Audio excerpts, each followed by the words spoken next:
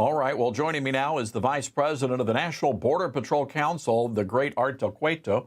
Also here, retired Border Patrol agent from Terrell County, Texas, Sheriff Thaddeus Cleveland. Gentlemen, welcome. Art, I want to start with you. How concerned are you about this latest mass amnesty plan coming from the Biden White House?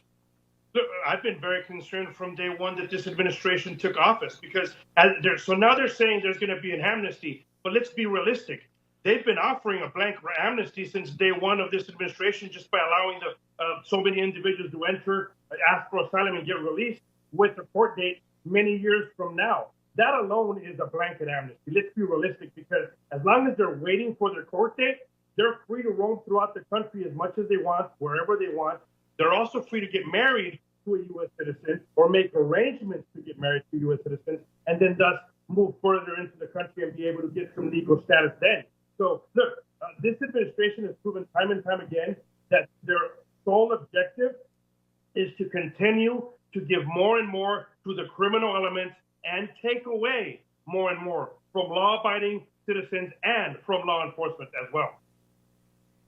Sheriff, I want to get your reaction to law enforcement in Tulsa, Oklahoma. That video going viral on social media.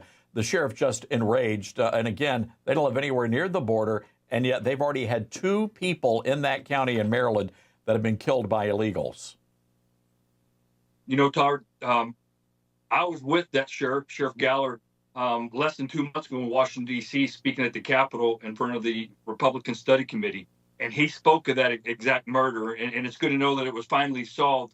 But look, we have another illegal alien committing another heinous act, and this won't be the last. We will continue to see this happen, whether it's week after week, month after month. It really doesn't matter. Any death that was preventable, we clearly point at this administration, and to Art's point, he's exactly right. Look, it's been amnesty ever since this administration took over. And look, he came out with the executive order. He said 2,500 people, we're gonna shut the border down. You can't just raise border security and shut it down. And arrests haven't been less than 3,000 since that executive order was signed. Sheriff, it just seems to me, and again, when you're looking at what's coming across the border, I'm not concerned about the families. I'm concerned about these military-aged young men from places like China and the Middle East. Members of Congress saying it's not a matter of if, but when something bad happens on American soil. What are they talking about, Sheriff? What do they know that we don't? Look, again, those that are crossing our border, we have no idea who they are. You look at what happened last week when they apprehended those that were conspiring, the ISIS members. Then you look at what's happening out in San Diego, California. Look, months ago, we surpassed the total amount of Chinese that were apprehended in San Diego, and we've more than doubled that. And then you have to look at, we're catching more Chinese than we're actually catching Mexican nationals there in San Diego. That should be concerning to America. And it's not that these necessarily may go out and create another 9/11 type attack, but we have to look at our cybersecurity, our infrastructure, our banking, and things of that nation. That's also what's going to be at stake here. Well, Art, to that point, I have to imagine a concern would be an October 7th style attack, not necessarily in large American cities, but in some of these smaller communities that may not have those resources, Art. Look, this is how horrible it is, and people need to realize that. You're saying you're concerned about these military-aged men. I'm concerned about military-aged men as well, and this is why I'm concerned, because it's been so easy for individuals from country of interest to come across while they're military-aged men, ask for asylum, and they've gotten released. That's the point. They have been able to get released just by claiming asylum. But then you turn around and you look at the close to 2 million gotaways under this administration. It has been so easy to come across, ask for asylum, and get released.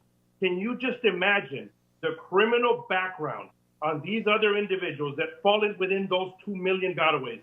That is what is even scarier. And Sheriff, I want to give you the final word here. You're shaking your head to that point, and we haven't even got to the fentanyl issue and the drugs pouring across the border. I mean, this is a massive problem for this country. Todd, I'm going to be speaking this weekend in Surfside, Texas, down just south of Houston, at a fentanyl rally. And you're right that we've been so focused on those crossing our border, which is definitely, of utmost importance. But we have to think of those families that have lost fentanyl, lost victims, lost relatives to fentanyl poisonings, and it's sad. And I just want to say, hey, Art, keep your head up out there, keep those agents protected, and thank you for what you do for them out there in Arizona. Thank you, Sheriff. Thank you. All right, gentlemen, we're going to leave it there. Thank both of you for joining us here on NewsMax tonight.